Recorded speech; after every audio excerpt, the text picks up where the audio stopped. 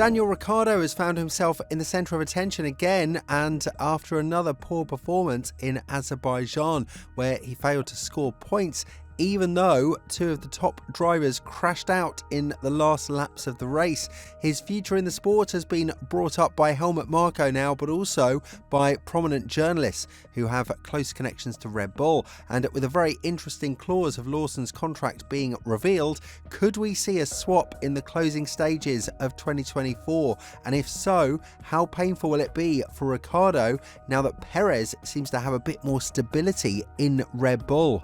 One of the hottest topics right now is Ricciardo's future, as Racing Bulls is one of the two teams without a secured second driver for the upcoming year, and Ziggo Sport, a Dutch media outlet that has been leaking information for quite some time now regarding controversial topics in the sport, believes that the time of Ricciardo in Formula 1 has officially come to an end. Rick Winkelmann, a journalist from Ziggo Sport and a very close friend of the famous Jack Ploy from the same media outlet known for infamous leaks, say there is a contract clause in Liam Lawson's contract that says he should be driving a minimal amount of 5 races in 2024 if they want to keep him on board for the foreseeable future. Now, with 7 races remaining, Helmut Marko also brought up the question about the second seat in Racing Bulls, and with Haas not being that far away from snatching that 6th spot in the Constructors' Championship, it's safe to say that Ricciardo is all but safe if his performance continues the way it does.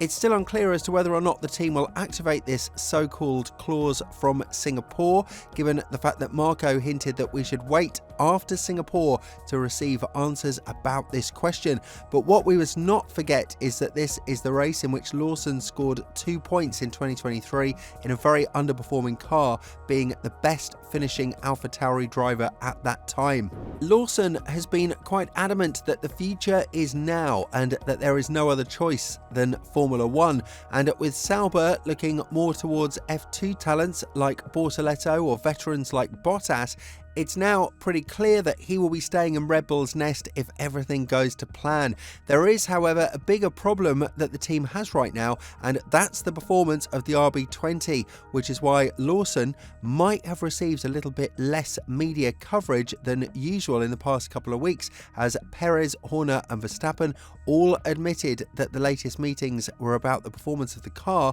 much more than they were about the driver's lineup. Still, Marko refuses to give up on his mission to bring the youngster next to Tsunoda, and when talking about the upcoming period and the second seat that is yet to be determined for 2025, Marko said, "We have an idea, just wait until Singapore. It is still September and then we will have a clear picture. It will become clear there in Singapore what will happen." We do know for a fact that Marko is a much bigger fan of Lawson than he is of Ricciardo, as he stated earlier in the season that the mission of Ricciardo was to outperform Tsunoda in a hefty manner so that he could have a shot at replacing Perez in Red Bull if something was to go completely wrong for the Mexican driver. However, neither one of these two things has gone to plan, because the car has lost a lot of ground to the point of Verstappen and Perez being equalled in Monza, while Perez managed to extract a lot more performance out of the car in Baku.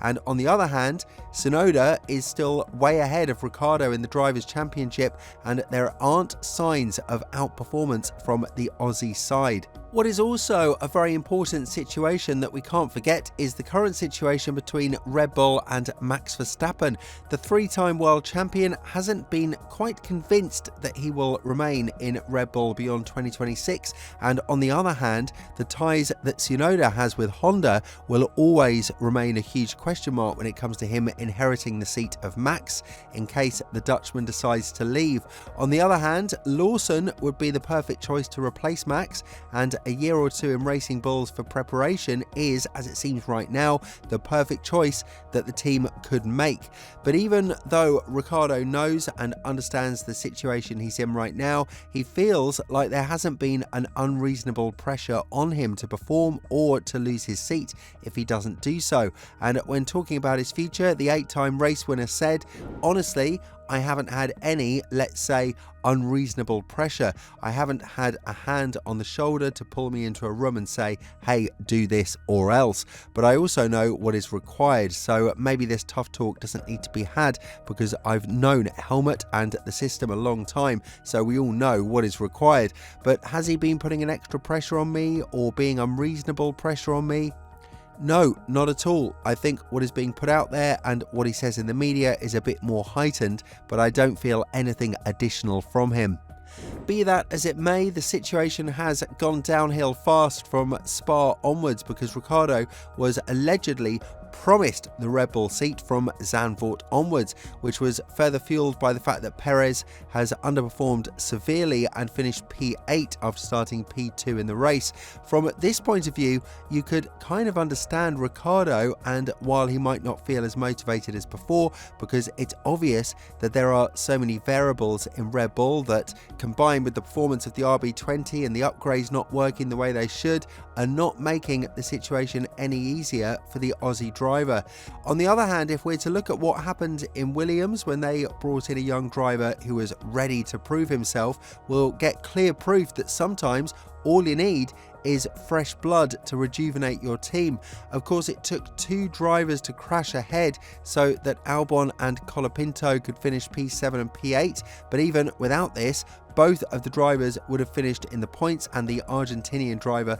would have scored a point in his second ever F1 race, which is something that Lawson did in a similar fashion last year in Singapore. The motivation in Ricciardo might not be present as before because all of the reports coming from F1 are stating one thing: he is either part of Red Bull as Verstappen's teammate or he will be commenting from the sidelines from 2025 onwards. There is no in between, and we all know the stance that both Verstappen and Horner have on the Mexican driver, which will now be further strengthened after all of the issues with the RB20. So to say that Ricciardo has a legitimate shot at the Red Bull seat is a bit of a far-fetched scenario. Again, a huge problem can be found in the Racing Bull's upgrades that didn't seem to work anywhere near as good as planned, as Ricciardo struggled the entire weekend in Baku with graining that prevented him from overtaking and putting the tyres in the right operating windows. The help that he had in his personal agenda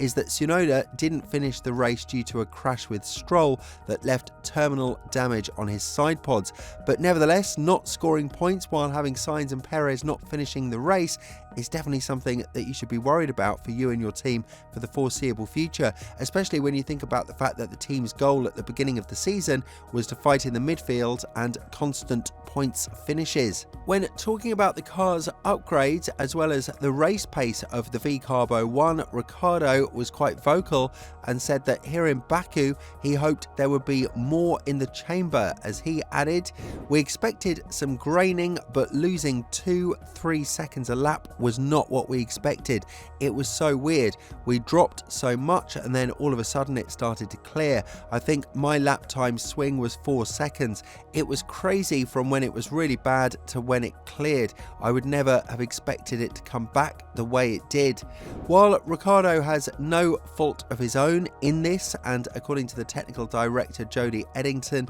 it was quite a good job from the Aussies' end to deal with such an amount of graining, it's still hindering his chances of a better future ahead. And with Lawson now being extremely close to signing a contract with Racing Bulls, it opens up a box of questions as to what he could do in order to put the team in the right direction. Ricciardo's experience and knowledge don't really seem to be helping the team right now, and maybe the lack of motivation after that Spa controversy has gotten to him, as he understood that there is no place for him in this family called Red Bull.